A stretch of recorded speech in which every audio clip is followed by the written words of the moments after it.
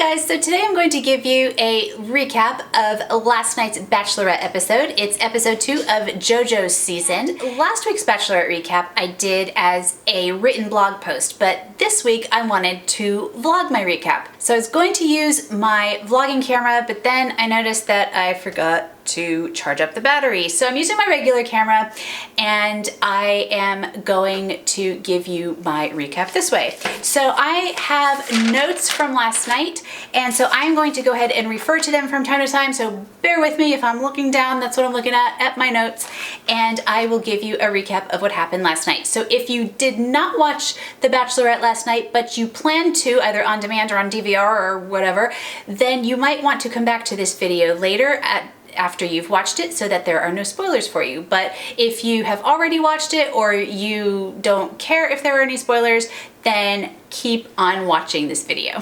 So the episode started with the first group date. So they got the date card, and the guys going on the first group date were Luke, Will, Evan, Daniel, Vinny, Ali, James F, Wells, Robbie, and that was it.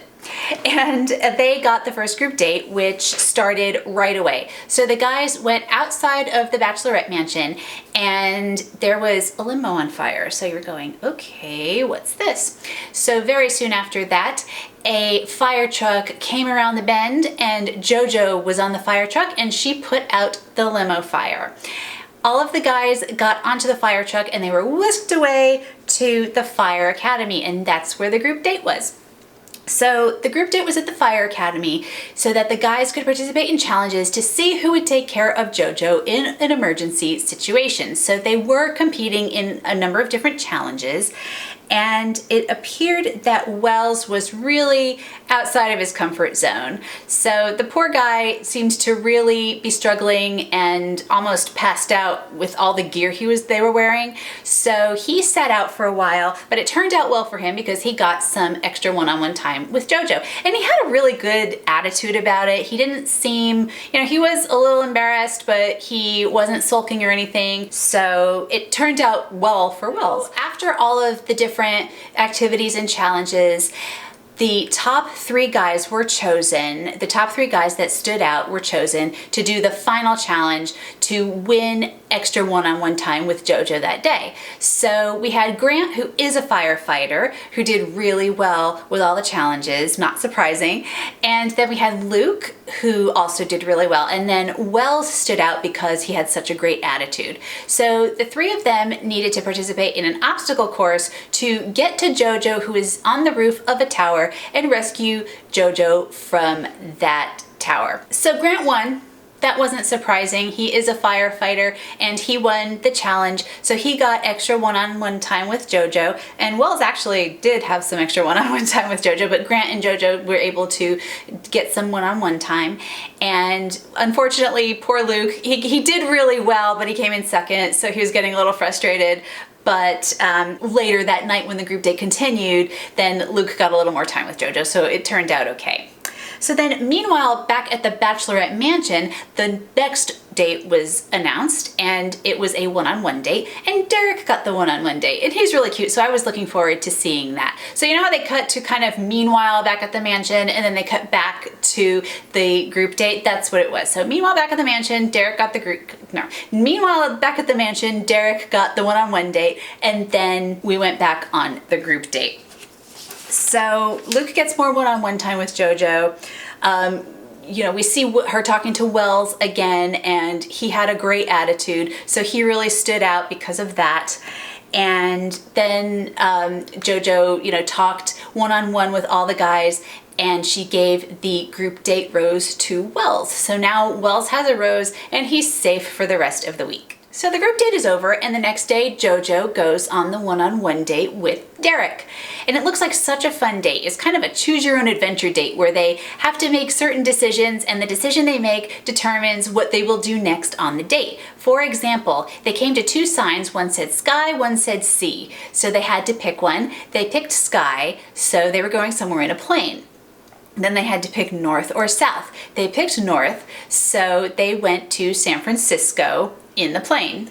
So then once they got to San Francisco, they had to pick Golden Gate Bridge or Lombard Street. So they picked Golden Gate Bridge and they went on a picnic overlooking the Golden Gate Bridge. So it was a really nice date. They seemed to really enjoy each other's company and it just looked like so much fun. I haven't seen dates like that on The Bachelor or Bachelorette, so I hope they do more of them because it's a really fun idea. And then meanwhile, back at the mansion, they announced the next date. So the next date was going to be a group date, and the date card announced who was going on the group date. So that was Jordan, Christian, Nick, Alex, Chad, and James Taylor. So now we cut back to the one-on-one date, and now JoJo and Derek are going to dinner. I love the dress JoJo was wearing. It was a cocktail dress. It was navy or black, can't tell what color it was, but it was beautiful. It was sequined, long sleeve sequin dress, very pretty. And they seemed to really hit it off. They seemed to really relate to each other. They seemed to really enjoy each other's company. And at the end of the date, JoJo gave Derek a rose. So now Wells has a rose and Derek has a rose. So then the next day, JoJo went on the next group date. So the second group date was at ESPN and they did a Bachelorette version of Sports Nation. They called it Bachelor Nation. And they played a couple of silly games. They played Strike a Rose and they also played Eye on the Prize.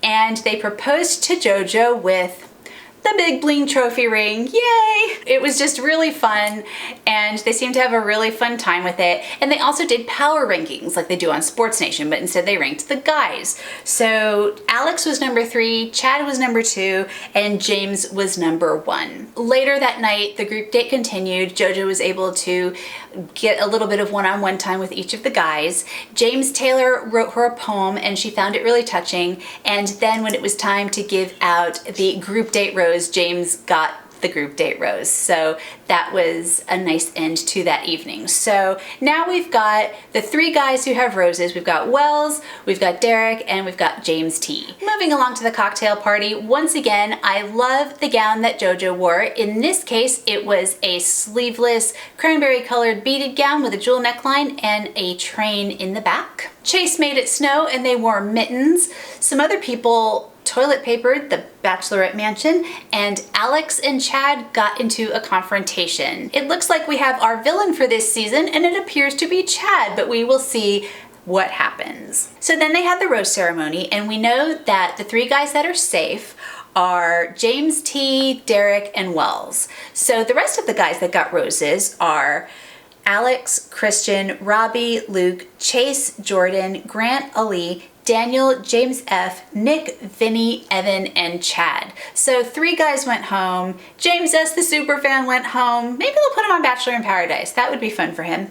And Brandon and Will went home as well. So that is my Bachelorette recap for episode 2 of JoJo's season. Let me know in the comments below who you think JoJo should pick as her love. And if you like this video, give it a thumbs up. Definitely subscribe to my channel and I will see you all next time. Bye!